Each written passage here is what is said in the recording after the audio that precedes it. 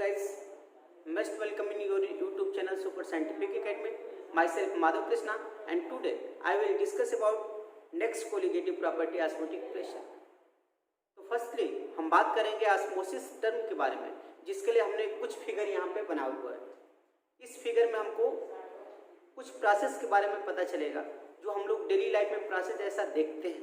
बहुत ही common process होता है ऑस्मोटिक, जो ऑस्मोसिस का प्रोसेस है, और ऑस्मोटिक प्रेशर भी एक बहुत ही कॉमन प्रोसेस है। बहुत इंटरेस्टिंग टॉपिक है ये, जो कि आप डेली लाइफ में देखते हैं। हम लोग बहुत सारे ऐसे फंक्शन देखते हैं, बहुत सारे ऐसे प्रोसेस के बारे में समझते हैं जो इनसे रिलेटेड होते हैं। तो हमने यहाँ पे कुछ फिगर बनाए, उन फिगर के बारे में हम बात करेंगे। फर्स्टली हम बात करते हैं इस फिगर के बारे में। अगर वाटर में हम ड्राई ग्रेप्स या किशमिश जिसको आप बोलते हैं उसको रखेंगे तो क्या होगा, वाटर इसके अंदर जाएगा और ये स्वेल अप फूल जाएगा। यानी कि वाटर के पार्टिकल्स इस वाटर से, सॉल्वेंट से इस सॉल्यूशन में इंटर करते हैं। इनके ऊपर एक सेमी परमेबल मेम्ब्रेन है, इसके बारे में हम आगे बात करेंगे। तो यहाँ पे मूवमेंट ऑफ वाटर पार्टिकल्स या movement of solvent particles from solvent to solution, और ये क्या होगा, खुल जाता है।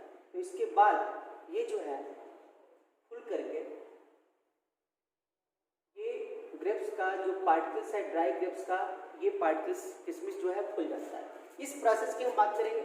अगर एक्स विदाउट आउटर सेल, इसको वाटर में आर, इसी को हम लिख सकते हैं डाइल्यूट सॉल्यूशन, डाइल्यूट सॉल्यूशन, या तो डाइल्यूट सॉल्यूशन आर वाटर, दोनों में से किसी में भी रखेंगे तो आप देखेंगे कि जो एग है यह भी फूल जाएगा, क्योंकि वाटर के पार्टिकल्स अब इस डाइल्यूट सॉल्यूशन से और वाटर से इसके अंदर इंटर करते हैं और ये भी स्वेलअप हो जाता है, इसका भी स्वेलिंग हो जाता है। इसके ऊपर भी एक पतली परत होती है, बहुत ही थीन मेम्ब्रेन होता है, जिसको कहा जाता है सेमी परमेबल मेम्ब्रेन। यानी कि इसमें भी वाटर के पार्टिकल्स मूव कर रहे हैं, जो वाटर से या डाइल्यूट सॉल्यूशन से इस सॉल्यूशन की तरफ जिनका मूवमेंट है सेमी परमेबल मेम्ब्रेन से हो करके। इस पॉइंट की हम बात करते हैं। ये जो आपने फिगर यहाँ पे बनाया गया है, इस फिगर की हम बात करेंगे। ये फिगर जो आप देख रहे हैं, वाटर आर डाइल्यूट सॉल्यूशन, बार बार हम ये वाटर ले रहे हैं या डाइल्यूट सॉल्यूशन ले रहे हैं। आरबीसी सेल हमारा है, या डायरेक्ट हम बोल सकते हैं कि सेल को अगर वाटर में रखेंगे तो क्या होगा, इसके ऊपर भी सेमी परमेबल मेम्ब्रेन है, जिससे वाटर इसके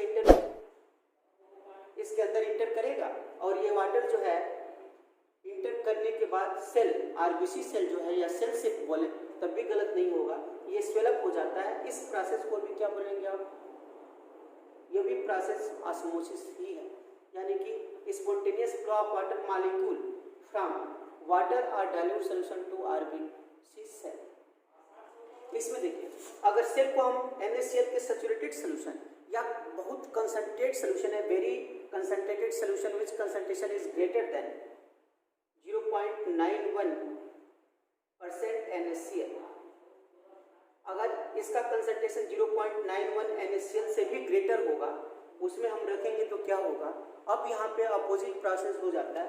वाटर के मॉलिक्यूल इस सेल से बाहर की तरफ आते हैं और ये सेल जो है श्रिंक कर जाता है, और श्रिंक करने के बाद ये बन गया, ये सेल ऐसे हो जाता है। यानी कि इसमें क्या हुआ, सेमी परमेबल मेम्ब्रेन से वाटर के पार्टिकल्स सेल से आउटर साइड में आने लगे।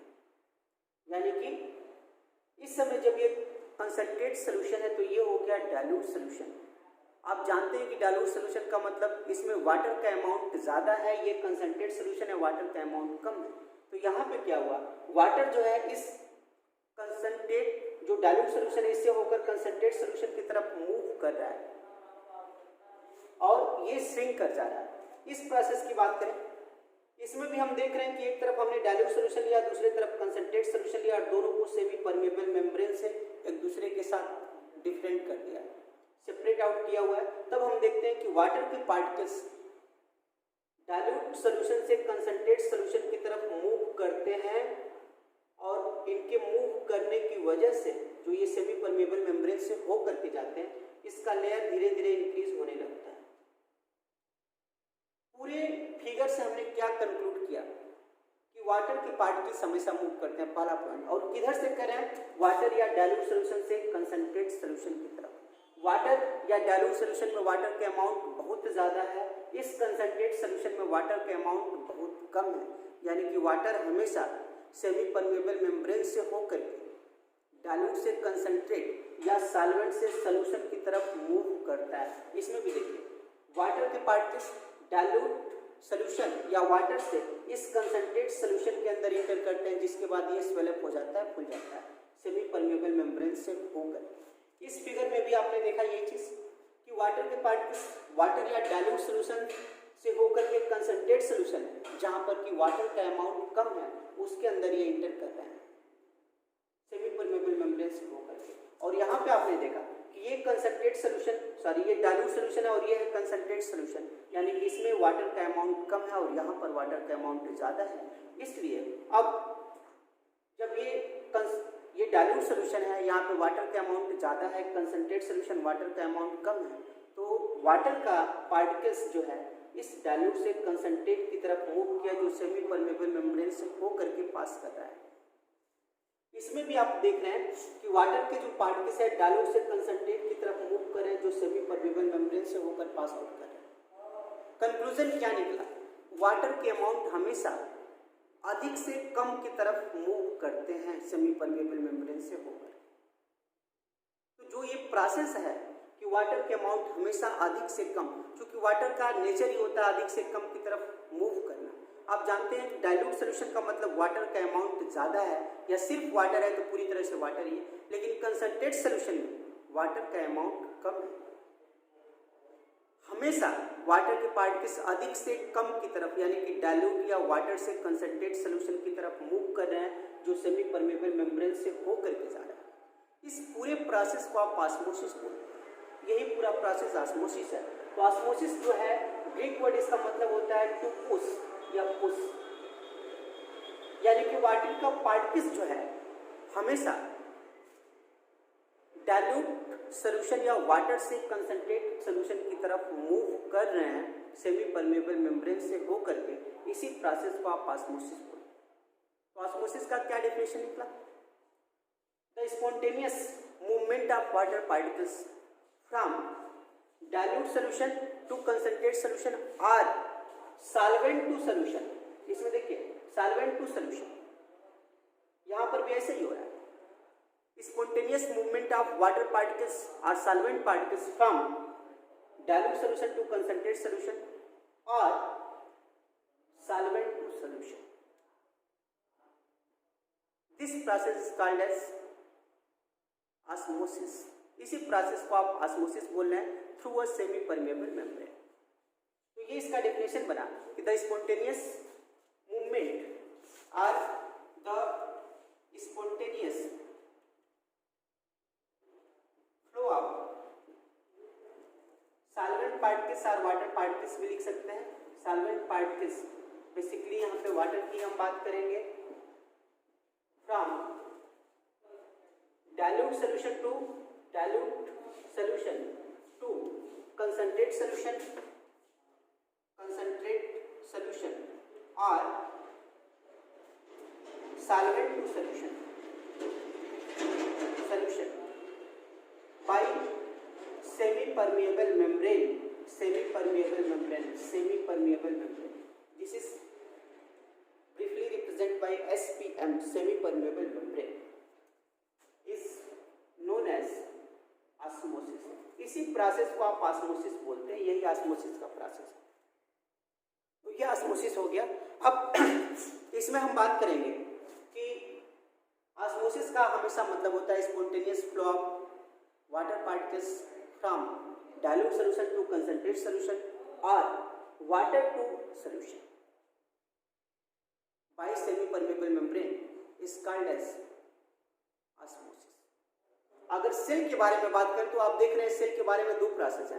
फर्स्टली क्या है, अगर सेल को हम वाटर या डाइल्यूट सॉल्यूशन में डिप करेंगे तब क्या होगा, when cell is kept in water or dilute solution then water particles moves or semi permeable membrane permits water particles inside of cell।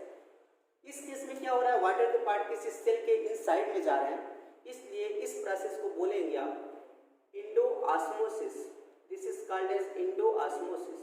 और आप जान रहे हैं कि जब भी इंडोऑस्मोसिस होगा ये सेल स्वेलअप कर जाएगा, क्योंकि वाटर के पार्टिकल्स इसमें आ गए तो ये सेल स्वेलअप कर गया। This is called as endosmosis. Endo means inside.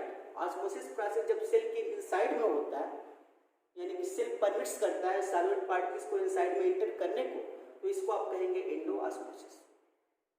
इस प्रोसेस की बात करें, यहाँ पे आप देख रहे हैं कि वाटर के पार्टिकल्स सेल से बाहर की तरफ आ रहे हैं। जब इस सेल को हम या आरबीसी सेल को NaCl के सैचुरेटेड सोल्यूशन या very concentrated solution which concentration is greater then 0.91% NaCl, क्योंकि हमारे ब्लड का सोल्यूशन का कंसंट्रेशन जो होता है 0.91% NaCl के बराबर होता है, इसलिए इससे ज़्यादा कंसंट्रेट होना चाहिए सोल्यूशन।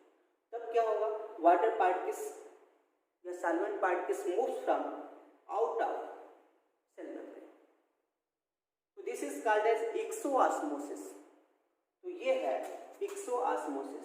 एक्सो मीन्स आउटसाइड। जब ऑस्मोसिस का प्रोसेस सेल के आउटसाइड में होगा तो इसको आप कहेंगे this is called as exosmosis. तो यहाँ पे 2 पॉइंट आ गए, यानी कि सेल के बारे में जब हम ऑस्मोसिस की बात करेंगे तो 2 तरह का ये होता है ऑस्मोसिस प्रोसेस। एक होता है इंडोऑस्मोसिस, यानी कि when osmosis process is such type occurs in which solvent particles move inside of cell, इंडोऑस्मोसिस। और दूसरा है एक्सोऑस्मोसिस। एक्सोऑस्मोसिस तो सेल के बारे में ये ऑस्मोसिस प्रोसेस 2 टाइप्स का हो गया, इंडोऑस्मोसिस एंड एक्सोऑस्मोसिस। ठीक, अब यहाँ पे ही 2 पॉइंट के बारे में देखिए, वो इस प्रोसेस में क्या हो रहा है।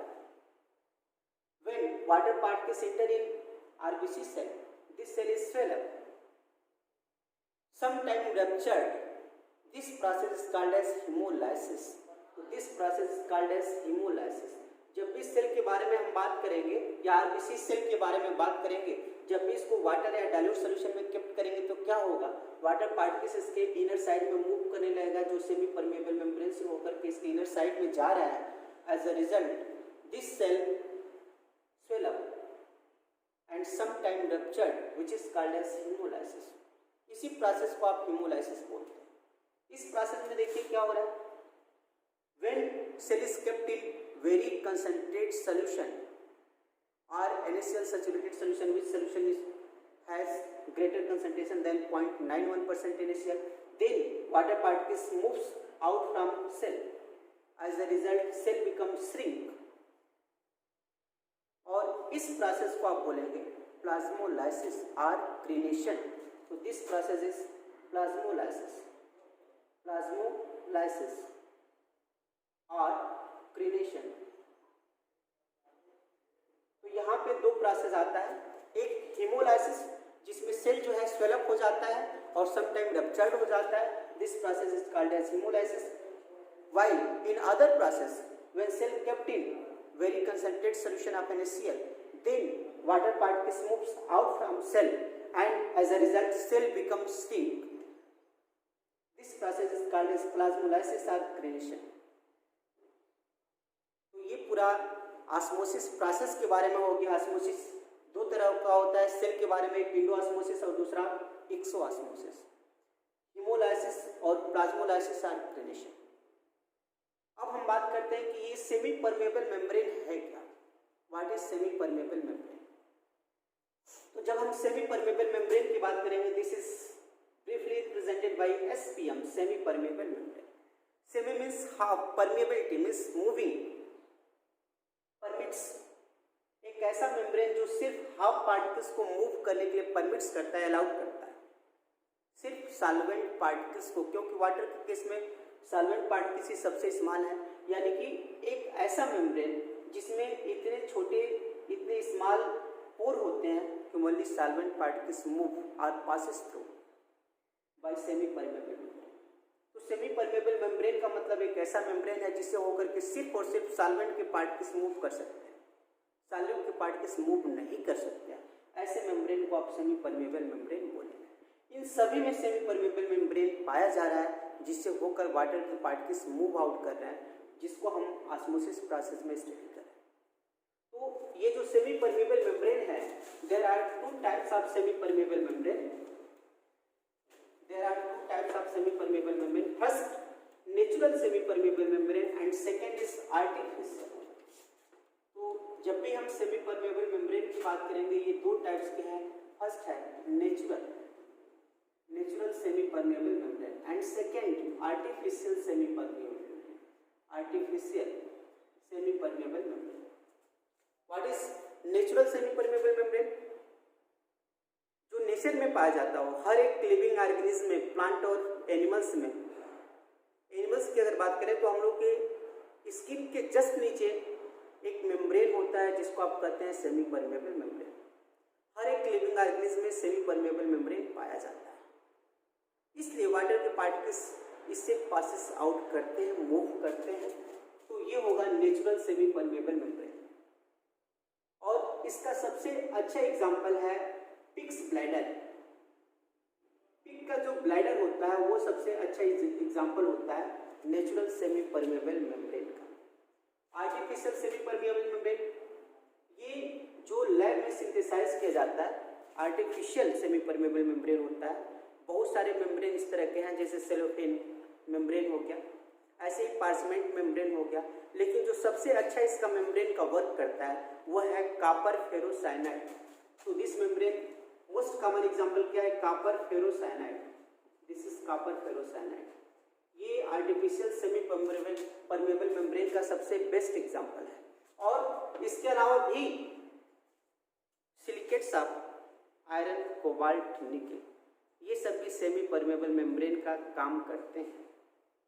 तो इस तरीके से सेमी परमेबल मेम्ब्रेन एक नेचुरल हो गया, जो सभी लिविंग ऑर्गेनिज्म, सभी प्लांट, एनिमल्स में पाया जाता है। और दूसरा आर्टिफिशियल सेमी परमेबल मेम्ब्रेन, जो कि आप लैब में सिंथेसाइज कर रहे हैं, और ये कई अलग अलग टाइप्स के हैं, बट सबसे बेस्ट इसका एग्जांपल जो है कॉपर फेरोसाइनाइड है, जो आर्टिफिशियल सेमी परमेबल मेम्ब्रेन है।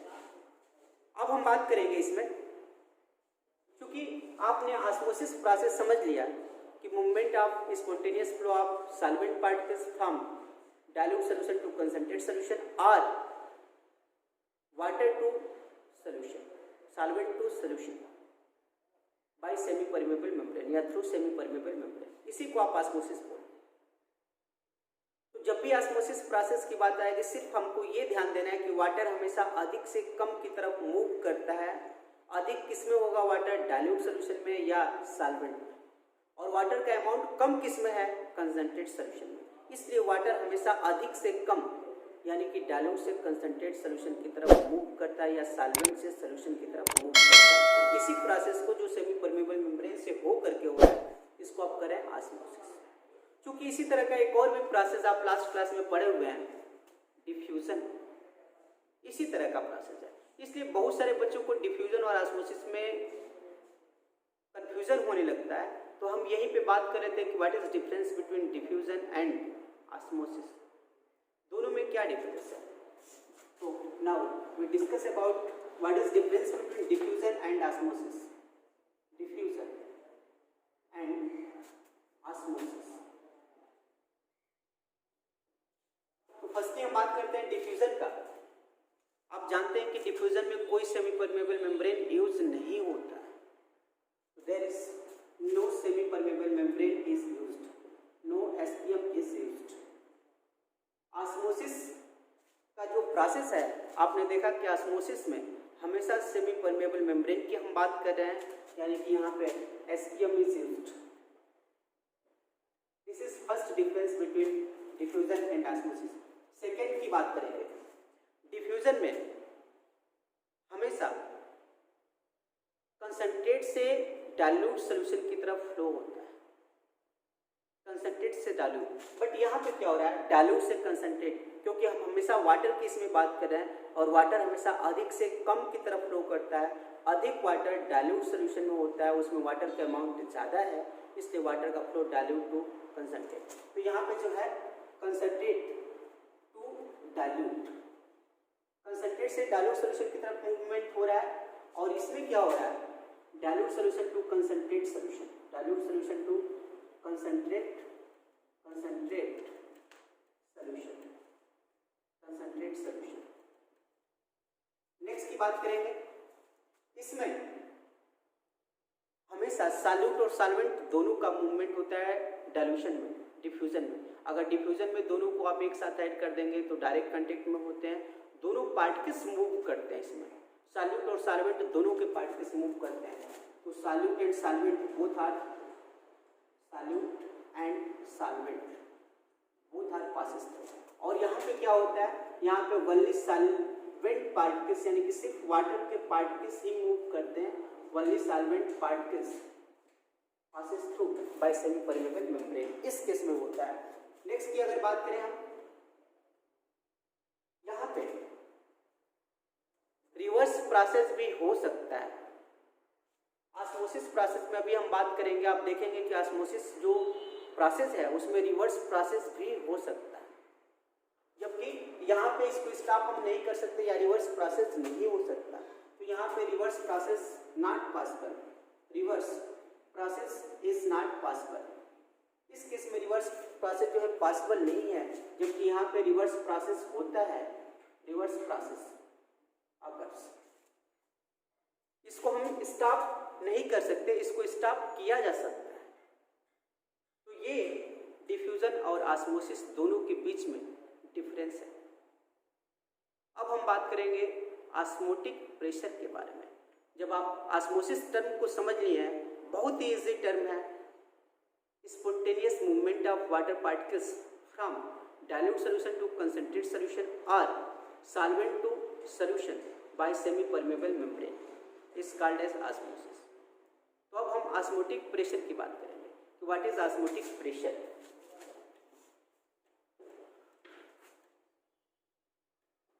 ऑस्मोटिक प्रेशर, इस फिगर की हम बात करते हैं। आपने देखा एक तरफ हमने डाइल्यूट सॉल्यूशन लिया, दूसरी तरफ कंसंट्रेट सॉल्यूशन, तो this is concentrate solution, this is concentrate solution and this is dilute solution, this is dilute solution, dilute solution. तो इस केस में क्या होगा, ये these are separated out by semi permeable membrane, this is semi permeable membrane। तो इस case में होता क्या है, अभी आपने देखा कि वाटर के पार्टिकल्स डाइल्यूट सॉल्यूशन में वाटर ज़्यादा है, कंसंट्रेट सॉल्यूशन में वाटर का अमाउंट कम है, इसलिए वाटर के पार्टिकल्स इस डाइल्यूट सॉल्यूशन से कंसंट्रेट सॉल्यूशन की तरफ मूव कर रहे हैं, और इसी स्पॉन्टेनियस मूवमेंट को जो सेमी परमेबल मेम्ब्रेन से हो करके जा रहा है ऑस्मोसिस बोलते हैं। यही प्रोसेस ऑस्मोसिस है। तो अगर हम इस प्रोसेस को स्टॉप करना चाहते हैं तो क्या करेंगे, इस कंसंट्रेट सॉल्यूशन के ऊपर देखिए वाटर के पार्टिकल्स इसी कंसंट्रेट सॉल्यूशन में आ रहे हैं, इसलिए यहाँ पे हमने एक प्रेशर अप्लाई किया, ये पिस्टन लगा हुआ है जिसके द्वारा हम प्रेशर अप्लाई कर रहे हैं, तो इसी से प्रेशर अप्लाई किया जा रहा है। पी एक्सटर्नल, जो हम लोग प्रेशर अप्लाई करेंगे उसको आप एक्सटर्नल प्रेशर बोल सकते हैं या अप्लाइड प्रेशर भी बोल सकते हैं।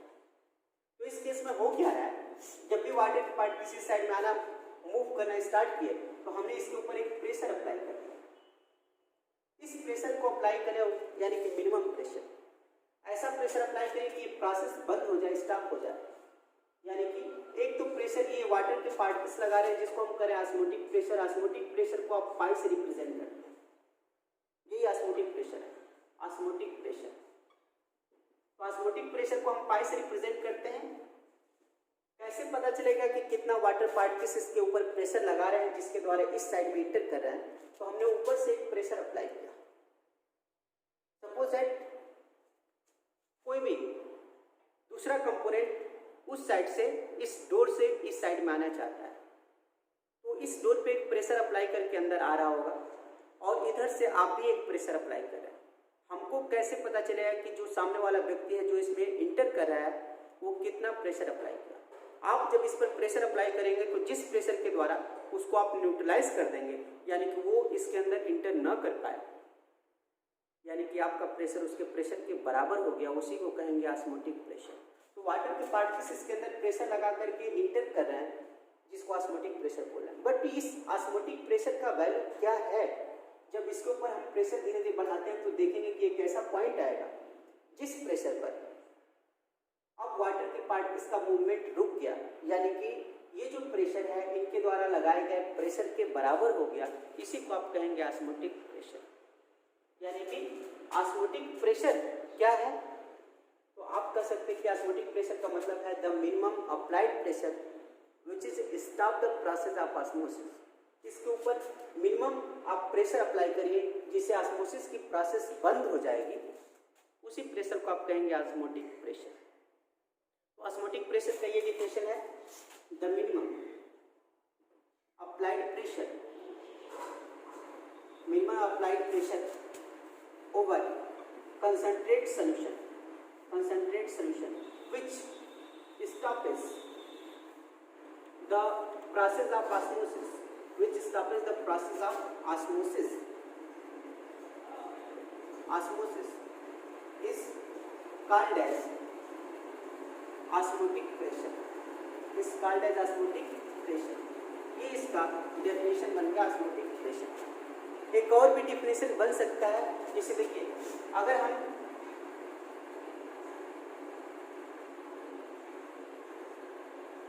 इसमें देखें तो जब इस वाटर में हमने एक वेसल रखा जिसमें कि कंसंट्रेट सॉल्यूशन भरा हुआ है, कंसंट्रेट सॉल्यूशन।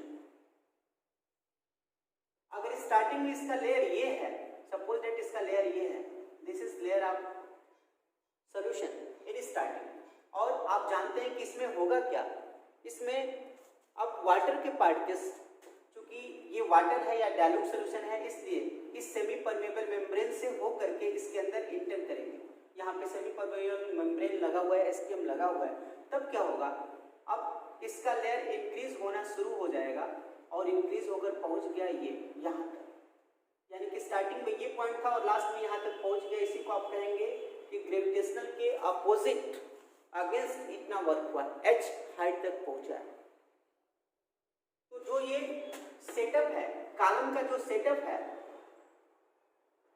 जिसके द्वारा ऑस्मोसिस प्रोसेस हो रहा है, जब इक्विलिब्रियम में आ गया तो कितना हाइड्रोस्टैटिक प्रेशर अप्लाई हुआ है, इक्विलिब्रियम में कितना हाइड्रोस्टैटिक प्रेशर अप्लाई हुआ है इस पूरे कॉलम के सेटअप पर, जिसके द्वारा ऑस्मोसिस प्रोसेस हुई है, उसी प्रेशर को आप कहेंगे ऑस्मोटिक प्रेशर। तो क्या इसका दूसरा डिफिनेशन बना? इसका दूसरा डिफिनेशन ये बना कि the equilibrium electrostatic pressure of the column setup as a result of osmosis is known as osmotic pressure. तो इसको आप ऐसे लिख सकते हैं, the equilibrium hydrostatic pressure of the column to set up the process of osmosis या the osmosis process is called as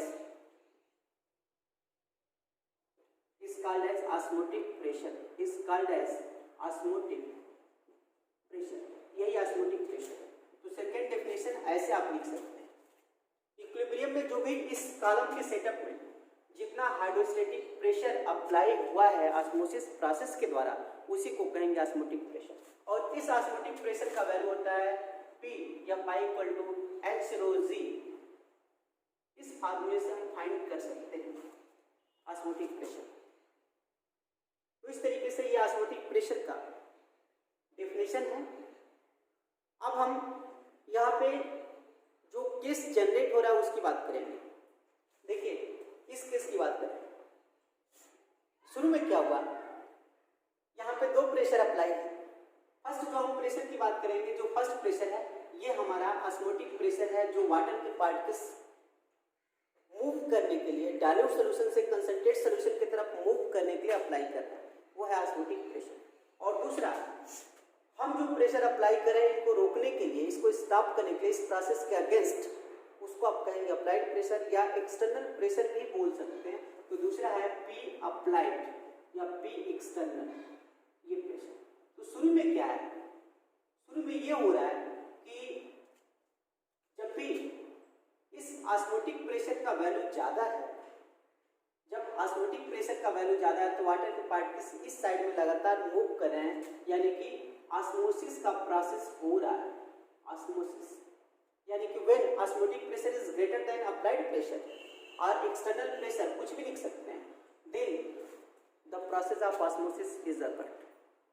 दूसरा क्या हो, अगर इसमें हम ज़्यादा प्रेशर लगा दें, इतना प्रेशर लगा दिए कि इस प्रेशर के, इस ऑस्मोटिक प्रेशर के ये एक्सटर्नल प्रेशर बराबर हो गया, यानी कि एक्सटर्नल प्रेशर ऑस्मोटिक प्रेशर और दोनों इनका वैल्यू बराबर हो गया, अप्लाइड या एक्सटर्नल जो भी बोल लें, तब इस केस में क्या होगा, जब बराबर हो गया तो ऑस्मोसिस का प्रोसेस स्टॉप हो जाता है, यानी कि कोई ऑस्मोसिस का प्रोसेस नहीं होता है, नो ऑस्मोसिस।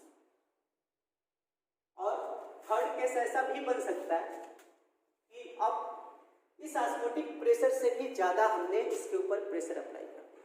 तो थर्ड केस ये है कि applied pressure is greater than और external pressure is greater than osmotic pressure.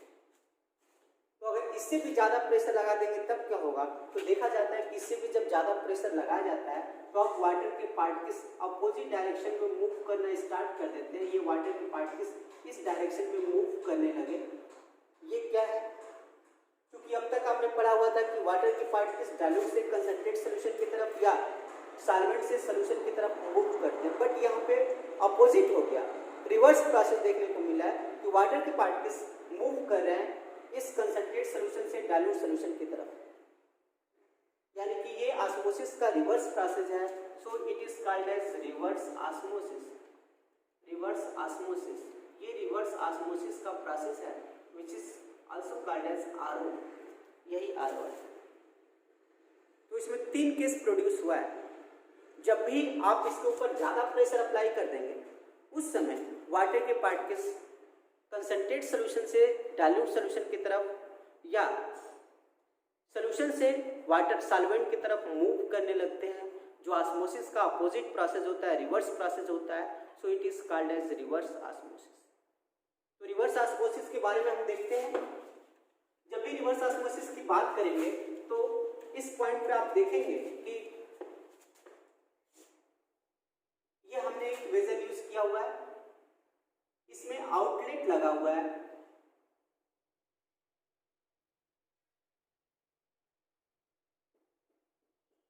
और बीच में हमने सेमी परमेबल मेम्ब्रेन यूज किया हुआ है। इस साइड में, इधर की तरफ, इस साइड में, इसके लिए ये पिस्टन लगा हुआ है, पिस्टन जिसके ऊपर आप प्रेशर अप्लाई करेंगे। इधर जो है this is both solution which is separate out by semi permeable membrane, और इस साइड में है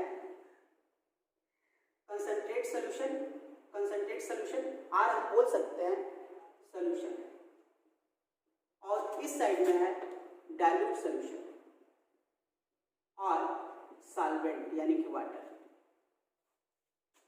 तो स्टार्टिंग में क्या होगा, आप जानते हैं कि डाइल्यूट सॉल्यूशन या सॉल्वेंट है सिर्फ, इसलिए इसमें वाटर का अमाउंट ज़्यादा है, तो वाटर के पार्टिकल्स इस साइड में मूव करेंगे, सेमी परमेबल मेम्ब्रेन से होकर के कंसंट्रेट सॉल्यूशन से डाइल्यूट सॉल्यूशन की तरफ मूव करते हैं।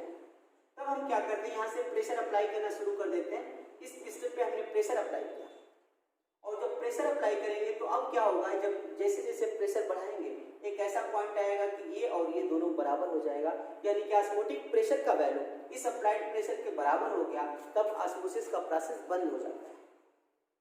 उसी प्रेशर को आप कहते हैं ऑस्मोटिक प्रेशर। जितना प्रेशर लगाने के बाद ये ऑस्मोसिस का प्रोसेस बंद हो गया उसको आप कहेंगे osmotic pressure. But in case अगर इससे भी ज़्यादा यहाँ पे प्रेशर अप्लाई आपने पिस्टन के ऊपर कर दिया तब क्या होगा, आप जानते हैं इससे भी ज़्यादा प्रेशर अप्लाई हो गया, यानी कि एक्सटर्नल प्रेशर डोमिनेट हो गया, इसलिए अब वाटर के पार्टिकल्स इस सेमी परमेबल मेम्ब्रेन से सिर्फ वाटर के पार्टिकल्स ही मूव करते हैं, और जब हमने यहाँ पे ज़्यादा प्रेशर अप्लाई कर दिया तो अब क्या होगा, अब वाटर के पार्टिकल्स कंसंट्रेट सोल्यूशन से डाइल्यूट सोल्यूशन की तरफ या सिर्फ जो सॉल्वेंट है सिर्फ वाटर है उधर की तरफ मूव करने लगे जो इससे बाहर आ गए। तो इसी प्रोसेस को आप बोलते हैं reverse osmosis process. Reverse osmosis, this process is called as reverse osmosis. कई बार बोर्ड एग्जाम में पूछा गया कि what is application of reverse osmosis. RO का यूज क्या है, desalination of sea water. Sea water को डिसैलिनेशन करने में यूज किया जाता है, वाटर को प्यूरिफाई करने में इसका आरओ का यूज किया जाता है। तो डिसैलिनेशन ऑफ सी वाटर, सबसे पहले आरओ का यूज सी वाटर के लिए ही किया गया था, क्योंकि आप जानते हैं कि सी वाटर में NaCl का अमाउंट बहुत ज़्यादा होता है, पीने योग्य वो नहीं होता है, बहुत कंसंट्रेट सोल्यूशन है NaCl, सैलाइन पूरी तरह से है ये NaCl का पूरा सोल्यूशन है। तो हम क्या करते हैं, इसमें शुरू में ऐसे ही किया गया था कि सेमी परमेबल मेम्ब्रेन बीच में लगा करके इस साइड में पूरा वाटर के पार्टिकल्स हैं या डाइल्यूट सोल्यूशन है, पूरी तरह से वाटर के पार्टिकल्स हैं। तो जब अधिक प्रेशर अप्लाई किया जाता है तो अब वाटर के पार्टिकल्स इस सैलाइन वाटर से इधर आने लगते हैं, यानी कि इसमें से साल्ट रिमूव हो जाता है और ये वाटर प्योर होने लगता है। तो जब साल्ट रिमूव हो गया, D means removal, removal saline यानी कि साल्ट फ्रॉम सी वाटर, यानी कि सी वाटर से साल्ट को रिमूव करना ही डिसैलिनेशन ऑफ वाटर कहा जाता है, जो आरओ का सबसे बेस्ट यूज है। तो ये हो गया रिवर्स ऑस्मोसिस प्रोसेस के बारे में। अब हम बात करते हैं कि what is method of determination of osmotic pressure. आखिर ऑस्मोटिक प्रेशर को आप मेजर कैसे करेंगे, डिटरमाइन कैसे करेंगे। तो ऑस्मोटिक प्रेशर के मेजरमेंट के लिए कई सारे मेथड यूज होते हैं और ये मेथड कई हैं, जैसे पेपर मेथड हो गया, मोर्स एंड फ्रेजर मेथड हो गया और बर्कले एंड हार्टले प्रोसेस। लेकिन बहुत सारे मेथड हैं, बट सबसे जो इम्पॉर्टेंट मेथड है वो बर्कले एंड हार्टले प्रोसेस, जो बाकी मेथड के ऊपर इन सभी में बेस्ट प्रोसेस माना जाता है। तो हम ये समझ लेते हैं कि ऑस्मोटिक प्रेशर बर्कले और हार्टले प्रोसेस से कैसे मेजर किया जाता होगा। तो हम बात करते हैं कि what is measurement of osmotic pressure. तो जब भी ऑस्मोटिक प्रेशर के मेजरमेंट की हम बात करेंगे, बर्कले हार्टले प्रोसेस की बात करेंगे, तो इसके लिए पहले हम देखते हैं कि ऑपरेटर्स कैसा यूज किया जाता है। यहाँ पर बीच में ये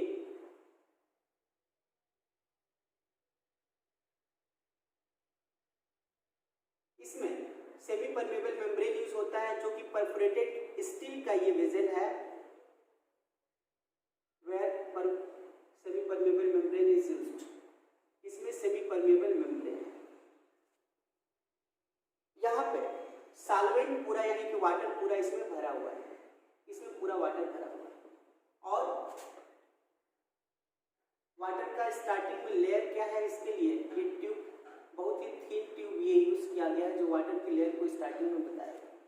यहाँ पे वाटर को इंटर कराने के लिए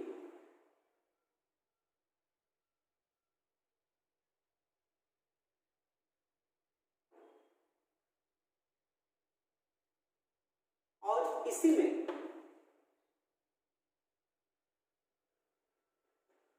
एक वेजल होता है जिसमें कि पूरी तरह से सॉल्यूशन भरा होता है। तो in this vessel solution is kept, तो यहाँ पे पूरा सॉल्यूशन है, ये आपका सॉल्वेंट है यानी कि वाटर इसमें भरा हुआ है और इन दोनों में ये दोनों पूरा वही पार्ट है, तो इसमें जो है सॉल्यूशन भरा हुआ है, सॉल्यूशन। और यहाँ पर एक इसमें प्रेशर गाज लगा हुआ है, दिस इज प्रेशर गाज, प्रेशर गाज।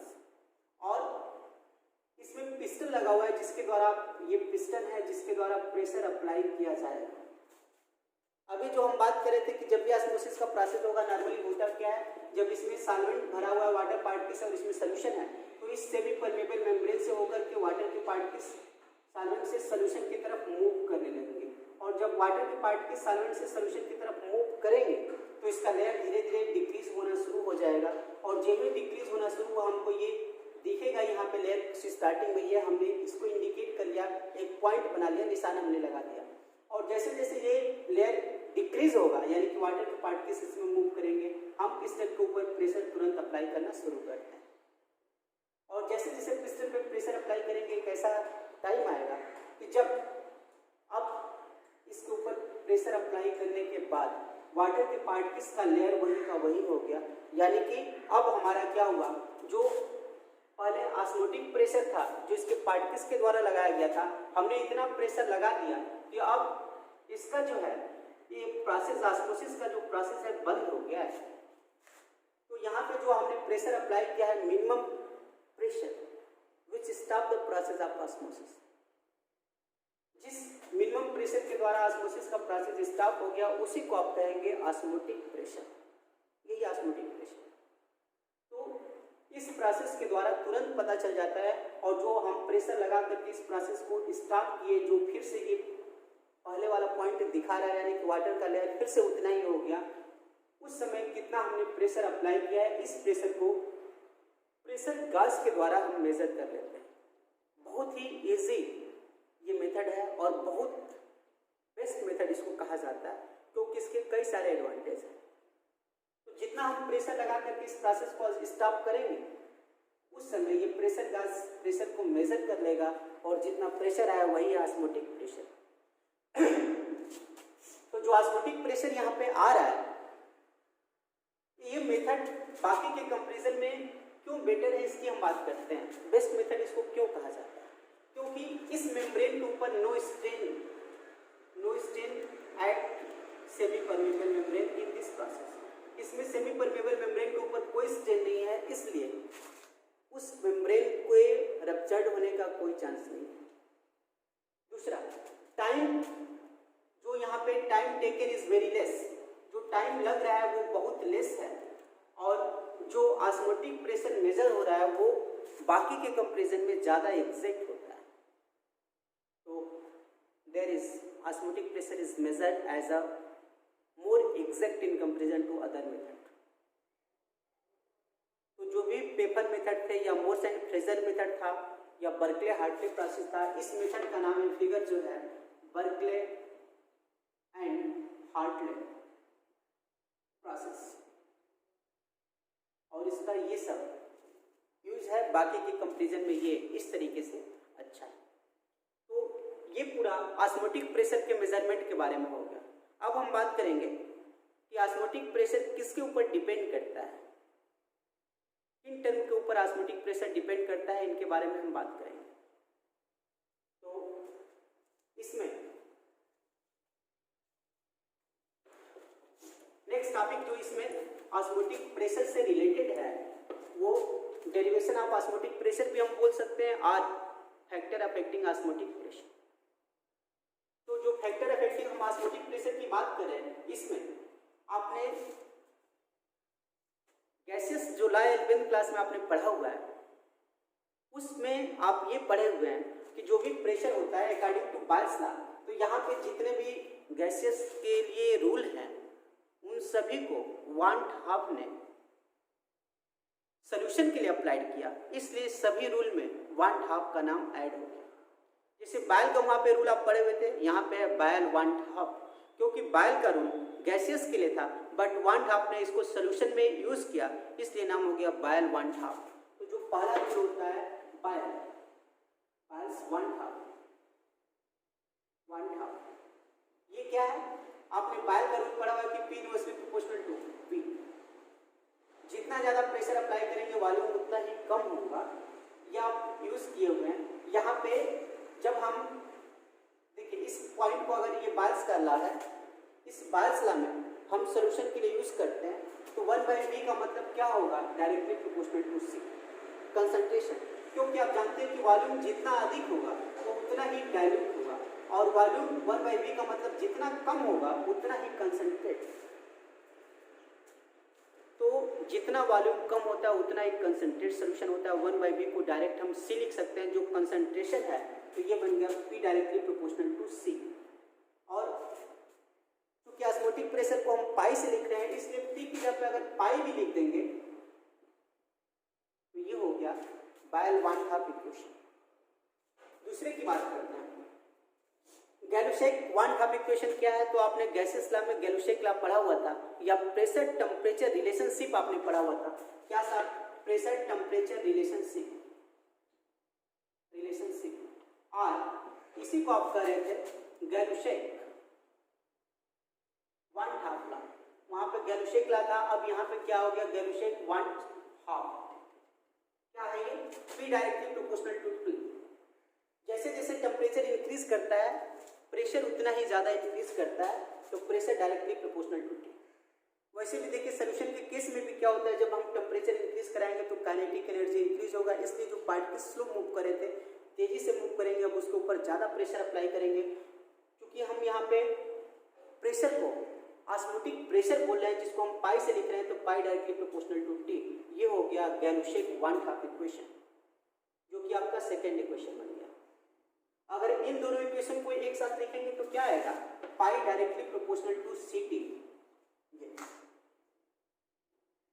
और आप जानते हैं कि जब ये डायरेक्टली प्रोपोर्शनल है, अगर इक्वल हम करते हैं तो कांस्टेंट का मल्टीप्लाई करेंगे, और वहां पे कांस्टेंट होता था गैस कांस्टेंट R, यहाँ पे होगा सोल्यूशन कांस्टेंट S। अगर उसको R भी लिखेंगे तो कोई गलत नहीं है, बट कुछ चीजें होती है जो करेक्ट ज्यादा लिखने से ही अच्छा होता है। तो इसमें जो है पाई इक्वल टू CRT या CST, R या S कुछ भी लिखते हैं, यही बन गया आपका इक्वेशन। इसको आप कहेंगे वन हाफ इक्वेशन। यही है वन हाफ इक्वेशन। तो इस तरीके से osmotic pressure one half equation के द्वारा पता किया जाता है, जिसका फार्मूला होता है पाई डायरेक्टली प्रोपोर्शनल टू CT या पाई इक्वल टू CST। क्योंकि C क्या है? C का मतलब कंसंट्रेशन, जिसका वैल्यू 1/V या डायरेक्ट हम बोल सकते हैं N/V। क्योंकि C कंसंट्रेशन, और आप जानते हैं कि कंसंट्रेशन क्या होता है? Number of mole of solute present in 1 litre of solution is called as. इसी को आप मोलरिटी भी बोलते हैं, जो कंसंट्रेशन के टर्म में यहाँ पे यूज किया जाता है। यानी कि एक पॉइंट और भी यहाँ पे इंपॉर्टेंट आ गया कि in case of osmotic pressure we use the term molarity. तो यहाँ पे हम मोलरिटी टर्म यूज करते हैं, जो कंसंट्रेशन है ये मोलरिटी के टर्म में हम यूज करते हैं। बाकी जो ऑस्मोटिक प्रेशर है उससे ये प्रीफर करने का एक और भी तरीका है, मोलरिटी के टर्म में हम इसको मेजर करते हैं। तो ये हमारा इक्वेशन बन गया पाई इक्वल टू CST, और C का वैल्यू क्या होता है? C कंसंट्रेशन है, जिसका वैल्यू है N/V। क्योंकि 1 मोल के लिए आप 1/V लिख रहे हैं, तो N मोल के लिए क्या होगा? N/V। तो pi equal to N/V ST। C का वैल्यू ये है। C का मतलब ये मोलरिटी है, जिसका फार्मूला होता है number of mole of solute upon volume in litre. तो अगर इसको इस साइड में लाएंगे तो क्या होगा? पाई V इक्वल टू NST। और अगर ये इक्वेशन आपको लर्न न भी हो तो आइडियल गैस इक्वेशन आप पढ़े हुए हैं, जो गैसियस लॉ में सबसे ज्यादा इसी का आप यूज कर रहे थे, PV इक्वल टू NRT। वही इक्वेशन है, देखिए PV equal to NRT, PV equal to NRT। यानी कि जो आइडियल गैस इक्वेशन है उसी को लिख देंगे तब भी हो जाएगा, क्योंकि P को ही हम पाई लिख रहे हैं जो ऑस्मोटिक प्रेशर है, R को ही S लिख रहे हैं, R गैस कांस्टेंट था, यहाँ पे सोल्यूशन कांस्टेंट है। तो इस तरीके से आपने देखा कि ये जो है वन हाफ इक्वेशन हमने प्राप्त कर लिया, जो ऑस्मोटिक प्रेशर के बारे में बता रहा है। तो ऑस्मोटिक प्रेशर का यही फार्मूला है, PV या पाई V इक्वल टू NST या PV इक्वल टू NRT। इस इक्वेशन के द्वारा आप ऑस्मोटिक प्रेशर कैलकुलेट कर सकते हैं। यानी कि जब भी हमको ऑस्मोटिक प्रेशर पे न्यूमेरिकल प्रॉब्लम सॉल्व करना होगा, बहुत इजी पॉइंट होता है, उसका नंबर ऑफ मोल कितना है, नंबर ऑफ मोल के लिए फार्मूला क्या है? Weight upon molar mass. तो इस नंबर ऑफ मोल को आप चाहें तो ऐसे भी लिख सकते हैं W/mV/ST। तो ये तो आप जाने रहे कि मोलरिटी का डायरेक्ट फार्मूला है W/mV। इस फार्मूले के द्वारा भी आप ऑस्मोटिक प्रेशर कैलकुलेट कर सकते हैं। तो ये हो गया ऑस्मोटिक प्रेशर किन फैक्टर पे डिपेंड करता है इसके बारे में। अब हम बात करेंगे आइसोटोनिक, हाइपोटोनिक और हाइपरटोनिक सोल्यूशन के बारे में। ये तीन टर्म आते हैं, बार बार यहाँ से क्वेश्चन भी पूछा गया कि what is hypotonic, what is hypertonic and what is isotonic solution. कई बार तो आइसोटोनिक सोल्यूशन के एग्जाम्पल के बारे में बोर्ड एग्जाम और कंपटीशन में पूछा गया है, तो इसलिए हम बात करेंगे हाइपोटोनिक, हाइपरटोनिक और आइसोटोनिक सोल्यूशन के बारे में। तो इससे जो रिलेटेड हमारा नेक्स्ट टॉपिक है, this is isotonic, hypertonic and hypotonic solution. Isotonic, hypertonic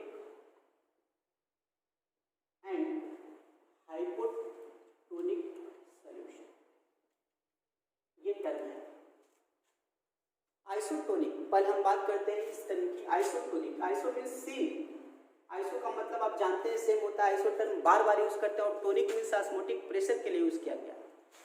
same osmotic pressure, osmotic pressure, same osmotic pressure. आप जाने ऑस्मोटिक प्रेशर को, अगर दो सोल्यूशन को एक दूसरे के कांटेक्ट में आपने रखा हुआ है, दो सोल्यूशन को एक दूसरे के कांटेक्ट में रखा हुआ है जो सेमी परमेबल मेम्ब्रेन के द्वारा सेपरेट आउट है, this is first solution and this is second solution, this is first solution and this is second solution. तो फर्स्ट सोल्यूशन के ऑस्मोटिक प्रेशर को आप क्या बोलेंगे, pi 1, and what is osmotic pressure of second solution, pi 2। तो isotonic कब आप बोलेंगे, आइसोटोनिक का मतलब है जब दोनों का ऑस्मोटिक प्रेशर सेम हो गया, क्योंकि आप देख रहे हैं आइसोटोनिक का क्या मतलब है, आइसो मींस सेम और tonic means osmotic pressure. When both solution have same osmotic pressure, then it is called as isotonic solution. Isotonic solution में जब दोनों का कंसंट्रेशन बराबर होता है, क्योंकि यहाँ पे देखें पाई 1 इक्वल टू पाई 2, और पाई का फार्मूला क्या है CST, और यहाँ पे क्या आ गया CST। पहले सोल्यूशन के लिए क्या कंसंट्रेशन होगा C1, और दूसरे सोल्यूशन का कंसंट्रेशन क्या होगा C2। क्योंकि हम जान रहे हैं कि दोनों एक ही साथ है, इसलिए टेम्परेचर भी लगभग वही होगा, S का वैल्यू वही होता ही है, तो ये एक दूसरे से कैंसिल आउट हो गए। जहां पर भी आइसोटोनिक सॉल्यूशन कहा जाएगा तुरंत आप इस फार्मूले का यूज करेंगे। और चूंकि आप ये भी जानते हैं कि C का वैल्यू N/V होता है, N का वैल्यू W/M होता है, इस फार्मूले पे न्यूमेरिकल प्रॉब्लम सॉल्व करेंगे अगर आइसोटोनिक सॉल्यूशन आ रहा है तब। और जब हम ब्लड सेल की बात करते हैं, सबसे अच्छा एग्जांपल ब्लड सेल का होता है, क्योंकि हमारे ब्लड सेल का कंसंट्रेशन होता है, जो हमारा ब्लड सेल है आरबीसी को अगर वाटर में ये NaCl के सोल्यूशन में रखते हैं, तो अगर इस NaCl का सोल्यूशन है 0.91% NaCl के बराबर, और ये है आरबीसी सेल, क्योंकि आरबीसी सेल का भी कंसंट्रेशन 0.91% NaCl के बराबर होता है, इसलिए यहाँ पे दोनों सोल्यूशन का कंसंट्रेशन बराबर हो गया, और जब दोनों सोल्यूशन का कंसंट्रेशन बराबर हो गया तो ऑस्मोटिक प्रेशर भी बराबर हो गया, क्योंकि अभी आप पढ़ रहे थे पाई डायरेक्टली प्रोपोर्शनल टू C। जब दोनों सोल्यूशन के लिए कंसंट्रेशन बराबर है तो ऑस्मोटिक प्रेशर भी दोनों के लिए बराबर होगा, और इसलिए इनको क्या बोलेंगे आइसोटोनिक सॉल्यूशन। तो our RBC cell is isotonic with 0.9% NaCl solution. हमारा जो ब्लड सेल है वो 0.9% NaCl सॉल्यूशन के बराबर होता है, वही उसके साथ आइसोटोनिक सॉल्यूशन है, दोनों का ऑस्मोटिक प्रेशर बराबर होता है, इसको आप कहेंगे आइसोटोनिक सॉल्यूशन। जब आइसोटोनिक सॉल्यूशन होगा तो ऑस्मोसिस का कोई भी प्रोसेस नहीं होगा। अब हम बात करते हैं दूसरे सॉल्यूशन का। तो दूसरा जो यहाँ पे आ रहा है हाइपरटोनिक। हाइपर मीन्स क्या होता है, hyper means greater, excess, larger.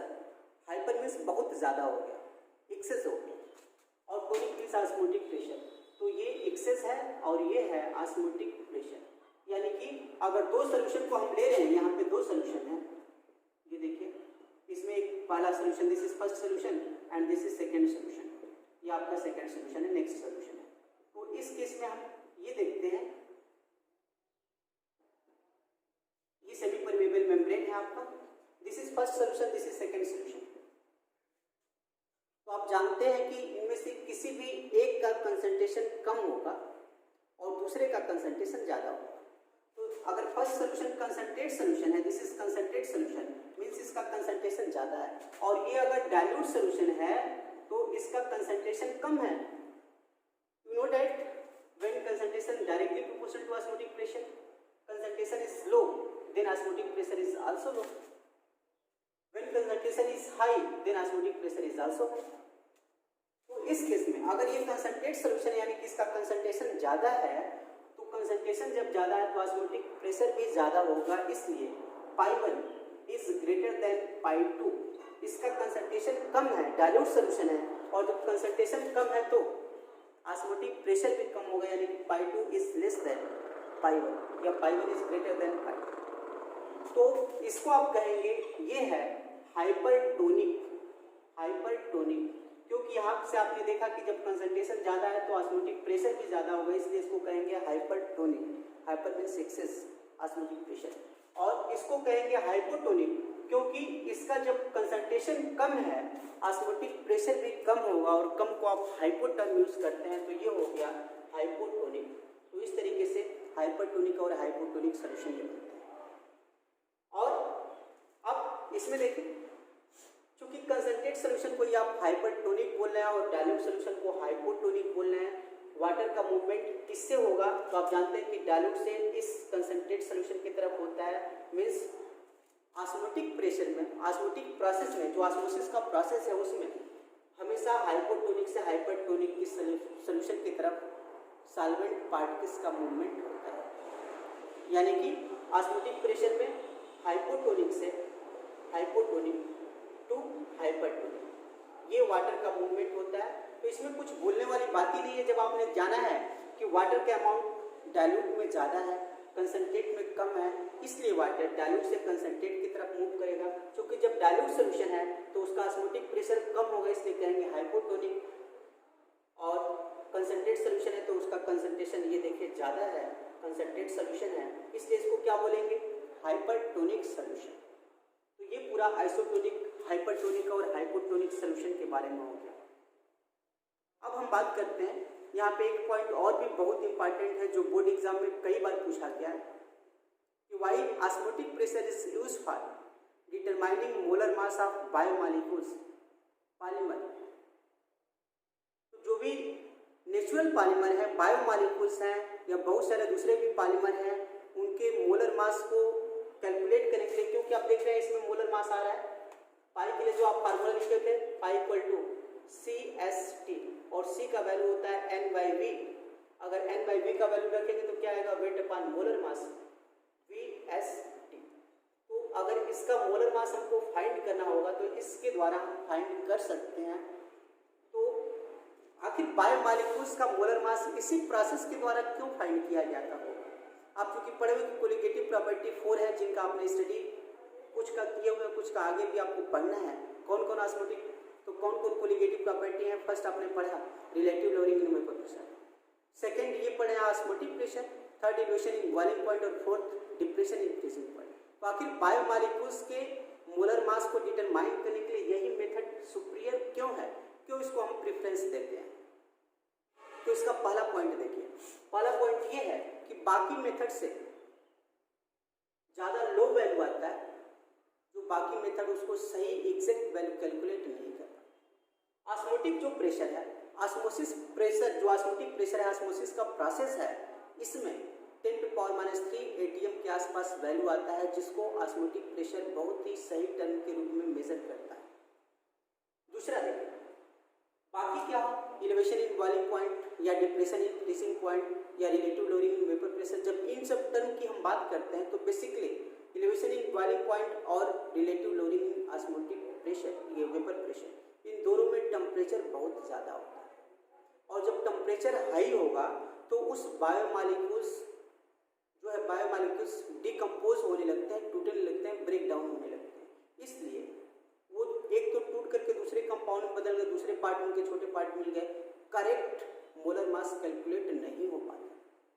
जबकि इसमें टेम्परेचर आपका नॉर्मल है, नॉर्मल टेम्परेचर पे ये सब पॉइंट कर रहे हैं, इसलिए उस बायोमॉलिक्यूल्स के डिकम्पोज होने का या कोई भी चेंज होने का कोई यहाँ पे इस तरह का प्रोसेस नहीं देखा जाता है, ज़्यादा एग्जैक्ट मोलर मास कैलकुलेट होता है।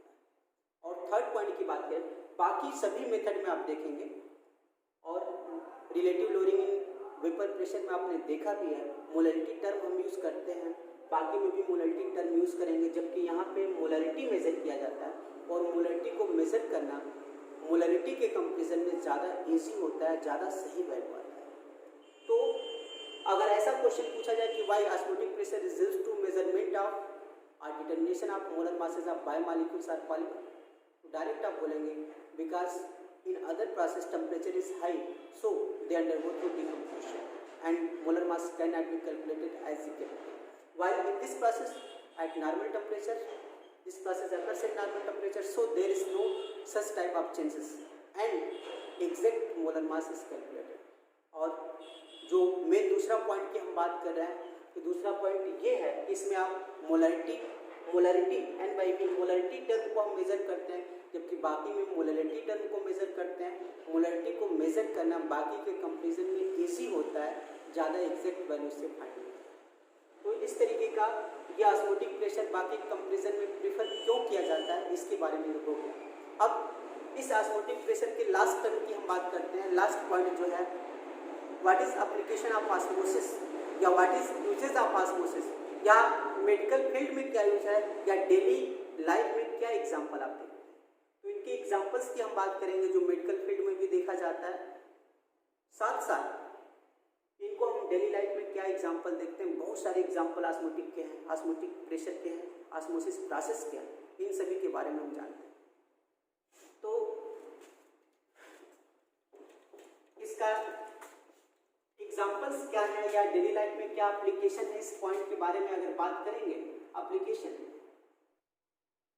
तो अब हम बात करते हैं ऑस्मोटिक प्रेशर का सबसे जो लास्ट पॉइंट है एप्लीकेशन डेली लाइफ में क्या है या मेडिकल फील्ड में क्या इसका एप्लीकेशन है, इसका यूज क्या है और साथ में एग्जांपल्स के। तो सभी पॉइंट को हमने एक साथ लिखा हुआ है, सभी को एक साथ ही एक्सप्लेन कर देंगे। तो सबसे पहले पॉइंट की हम बात करते हैं एप्लीकेशन। मेडिकल फील्ड में ऑस्मोटिक प्रेशर का बहुत ही ज़्यादा यूज है। तो सबसे पहले हम बात करेंगे जो भी इंट्रावेनस इंजेक्शन या ग्लूकोज ड्रिप किया जाता है उसका कंसंट्रेशन हमारे ब्लड सेल के कंसंट्रेशन यानी कि 0.91% NaCl के बराबर होता है, ताकि बॉडी में एंटर करने के बाद कोई भी साइड इफेक्ट न देखने को मिले। क्योंकि अगर कंसंट्रेशन लो होगा, 0.91% से लो होगा, डाइल्यूट सोल्यूशन होगा या उससे कंसंट्रेट सोल्यूशन हो गया हमारे ब्लड सेल से, तो उस समय कई प्रॉब्लम आ जाती है। तो इसलिए आइसोटोनिक सोल्यूशन हमेशा मेंटेन किया जाता है। ये पहला एप्लीकेशन है ऑस्मोटिक प्रेशर का मेडिकल फील्ड में। दूसरे की बात करें, जब भी कोई पेशेंट को हाई ब्लड प्रेशर हो जाता है, तो जब भी पेशेंट को हाई ब्लड प्रेशर होता है, डॉक्टर ये सजेस्ट करते हैं कि आप साल्ट को कम यूज करें, less amount of salt in taking food. तब इस केस में क्या होगा, जब वो साल्ट कम यूज करेंगे तब ऑस्मोटिक प्रेशर का, उनके सेल में ऑस्मोटिक प्रेशर का वैल्यू कम हो जाएगा। और जब ऑस्मोटिक प्रेशर कम होगा तो आप जानते हैं कि ऑस्मोटिक प्रेशर कंसंट्रेशन के डायरेक्टली प्रोपोर्शनल है। साल्ट का जब कंसंट्रेशन कम होगा, वो साल्ट कम यूज करेंगे तो ऑस्मोटिक प्रेशर भी कम हो जाएगा। इसलिए जो ब्लड प्रेशर हाई है वो फिर से धीरे धीरे डिक्रीज होना शुरू होगा, क्योंकि ऑस्मोटिक प्रेशर यानी कि ब्लड प्रेशर को कम करने का काम कर रहा है। तो फिर से धीरे धीरे जो है आपका ऑस्मोटिक प्रेशर नॉर्मल हो जाता है। ऐसा नहीं है कि बिना दवा और सिर्फ साल्ट से ही हम पूरा कंट्रोल कर लेंगे, मेडिसिन की भी हमको रिक्वायरमेंट होती है, बट इसमें मेन रोल इनका भी होता है। ऐसे अगर लो ब्लड प्रेशर पेशेंट कोई है तो doctor suggest that extra intake of salt in food, क्योंकि जब वो साल्ट अधिक यूज करेंगे, कंसंट्रेशन साल्ट का ज़्यादा है, तो उनके बॉडी में जो है ऑस्मोटिक प्रेशर ज़्यादा हो जाएगा। और जब सेल का ऑस्मोटिक प्रेशर ज़्यादा होगा तो जो ब्लड प्रेशर लो है वो फिर से बढ़ करके नॉर्मल की तरफ जाएगा। इसलिए हाई ब्लड प्रेशर वाले पेशेंट को हमेशा कम साल्ट लेने का सजेशन मिलता है, और जो लो ब्लड प्रेशर वाले हैं उनको डॉक्टर हमेशा एक्स्ट्रा अमाउंट साल्ट इनटेक करने का सजेशन देता है। इसके बाद अगर हम ज़्यादा साल्ट यूज़ करते हैं, तो जब साल्ट ज़्यादा यूज़ करेंगे तो कंसंट्रेशन ब्लड सेल का ज़्यादा हो जाएगा, ऑस्मोटिक प्रेशर ज़्यादा होगा। उस केस में बॉडी जो है अधिक अमाउंट में वाटर एब्जॉर्ब करने लगता है, सेल पफनेस हो जाता है, फूल जाते हैं, स्वेलिंग हो जाता है, जिसकी वजह से पूरा बॉडी ही पफनेस हो जाता है, और इस डिजीज़ को इडीमा कहा जाता है।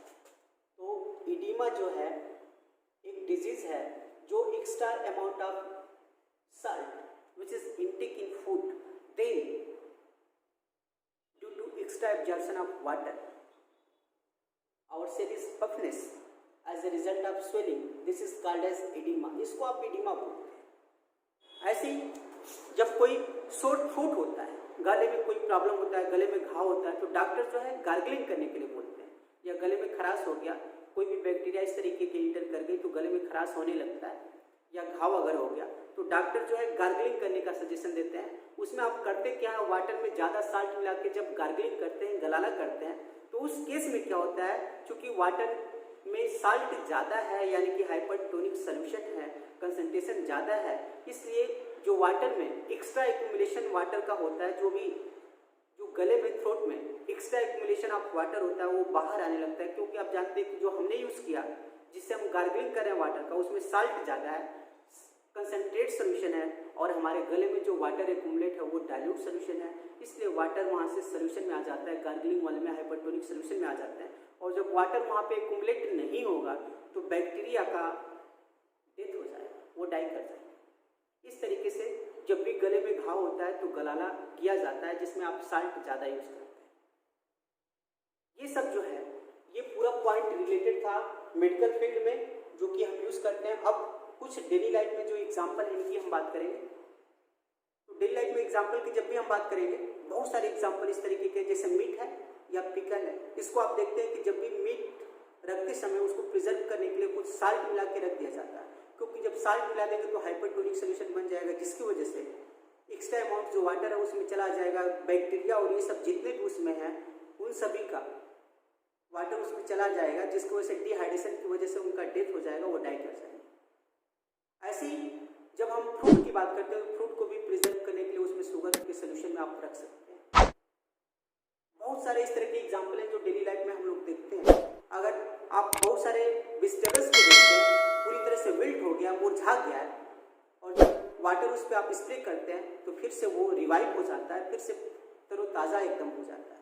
इसलिए सब्जी वाले या फल वालों को देखते हैं वाटर हमेशा स्प्रे करते रहते हैं, जो कि पूरा ऑस्मोसिस प्रोसेस का ही एग्जाम्पल है। ऐसे ही डेली लाइफ में आप देखते हैं जितने भी प्लांट हैं, सीड का जर्मिनेशन भी पूरी तरह से इसी के ऊपर डिपेंड करता है।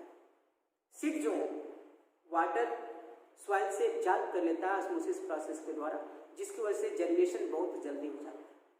ऐसे ही प्लांट जो रूट है, तो प्लांट रूट में भी ये सेमी परमेबल मेम्ब्रेन होता है, क्योंकि प्लांट रूट सॉइल के अंदर बहुत नीचे तक गई होती है, जहाँ पे कि वाटर बहुत ज़्यादा अमाउंट में होता है, इसलिए वाटर जो है इस सेमी परमेबल मेम्ब्रेन से होकर के इसके अंदर चला जाता है। और इसके बाद फिर से अगर दो सेलों की बात करें तो ये देखिए, सपोज दैट इसके अंदर वाटर ज़्यादा आ गया और ये सेल है दोनों सेमी परमेबल मेम्ब्रेन से कनेक्ट हैं, तब आप देखेंगे यहाँ पे कि वाटर के पार्टिकल्स इसमें चूंकि ज़्यादा है, इसलिए अब बगल वाले सेल में पहुँच गया। ऐसे करके बारी बारी से पूरे सेल में पहुँच जाते हैं। हम लोग की बॉडी में ठीक यही प्रोसेस होता है।